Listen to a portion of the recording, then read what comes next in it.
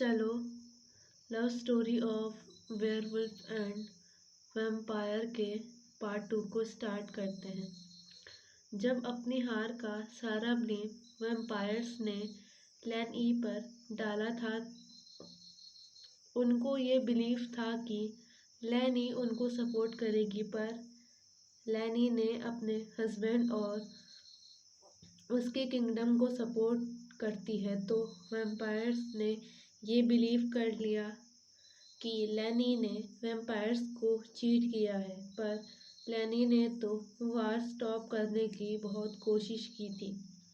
उसने चिंगहनजुन को भी पूरा समझा दिया था। वेयरवुल्फ तो वार स्टॉप करने को सोच रहे थे, पर वैम्पायर्स ने वार स्टार्ट कर दी और वार में वेयरवुल्फ ने वैम्पायर्स को हरा दिया था। तो वैम्पायर्स ने इस हार से बहुत एंग्री होने पर पूरा ब्लेम लैनी पर डाल देता है। लैन ई मन ही मन ये बातें सोचकर उसने वैम्पायर्स के साथ नहीं दिया, इसलिए वैम्पायर्स वॉर हार गए। लैनी की हेल्थ अब इल रहने लगी थी। नन्ना वांगजी और शिचेन अपनी बीमार माँ के साथ खूब खेला करते थे, उसके साथ खूब वक्त बिताते थे। चिंगहनजुन ज़्यादा अपनी वाइफ और अपने दोनों बेटों को ज़्यादा टाइम नहीं दे पाता था, क्योंकि किंग होने की वजह से उनको अपनी प्रजा से जुड़े बहुत सारे वर्क रहा करते थे, जिस कारण वर्क फिनिश करने के बाद उनके पास ज़्यादा टाइम नहीं बचता था। टाइम के साथ साथ लैनी की हेल्थ और बिगड़ने लगी थी।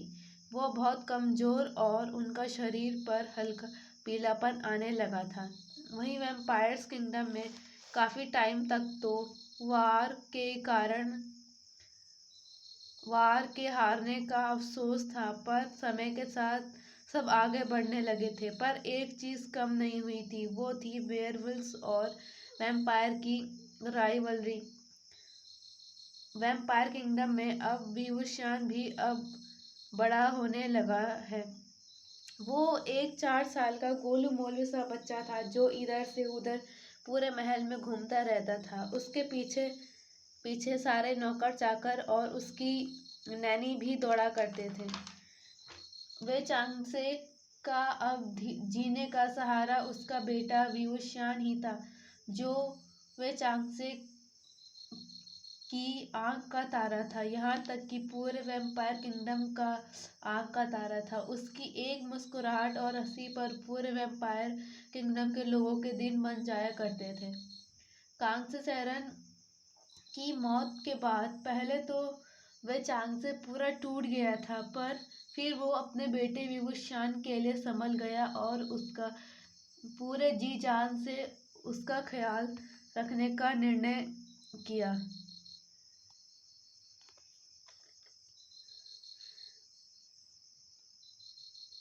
समय ऐसे ही बीतता जाता है और वेयरवुल्व्स किंगडम में लैनी की तबीयत इस कदर खराब हो जाती है कि लैनी की मौत हो जाती है। पूरे वेयरवुल्फ किंगडम में मातम सा छा जाता है। चिंगहनजुन की तो तबीयत ही बिगड़ने लगती है लैनी की मौत सुनकर, और कुछ समय बाद चिंगहनजुन की भी मौत हो जाती है। और मरने से पहले चिंगहनजुन अपने दोनों बेटों की सारी जिम्मेदारी अपने छोटे भाई लैन चिरेन को दे देता है और पूरे वेयरवुल्फ वर्ल्ड का क्राउन प्रिंस लैन चिचैन को घोषित कर देता है और लैन वांगजी को सेकंड प्रिंस और शिचैन का राइट हैंड घोषित कर देता है। फिर चिंगहनजुन की मौत हो जाती है। पूरा वेयरवुल्फ वर्ल्ड अभी अपनी क्वीन लैनी की मौत से उभरा नहीं था कि अब चिंगहनजुन की भी मौत हो जाती है। पूरा वेयरवुल्फ वर्ल्ड अब दोहरे सदमे में था। ये खबर जब वैम्पायर वर्ल्ड के किंग वे चांगसे को पता चलती है, तो वो अपनी दुश्मनी को भुलाकर वेयरवुल्फ वर्ल्ड में चला जाता है। पर वेयरवुल्फ वर्ल्ड के लोग और सारे लैंड एल्डर और लैंड चिरेन वे चांगसे को वापस भिजवा देते हैं और जाने से पहले लैनी और चिंगहेंजुन की मौत का कारण वे चांगसे को बताते हैं।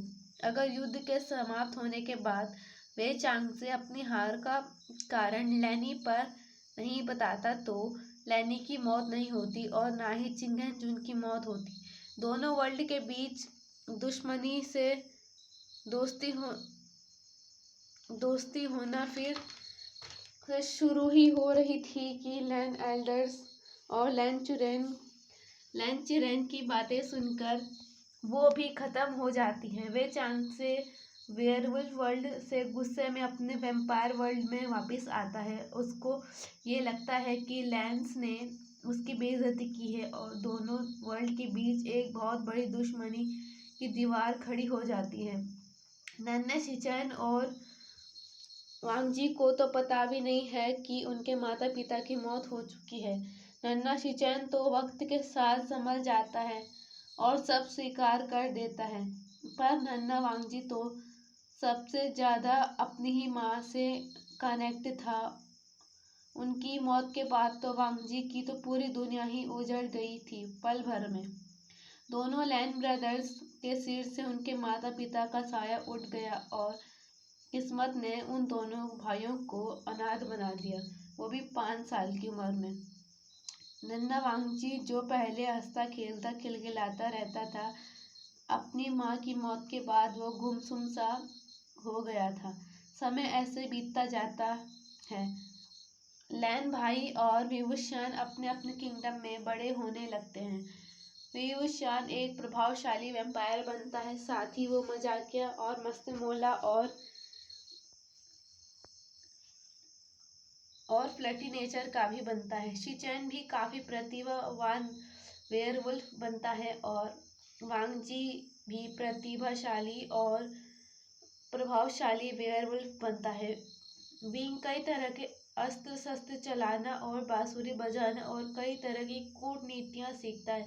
शिचेन राजनीति, बांसुरी चलाना और राजकाज चलाना सीखते हैं।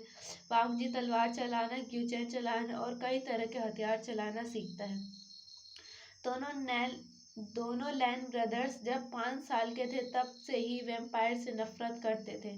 लैन चिरेन को जब भी चिंगहेंजुन और लैनी की मौत की घटना याद आती है तो उसका खून खौल जाता था। समय ऐसे ही बीतता जाता है और तीनों प्रिंस बड़े हो जाते हैं।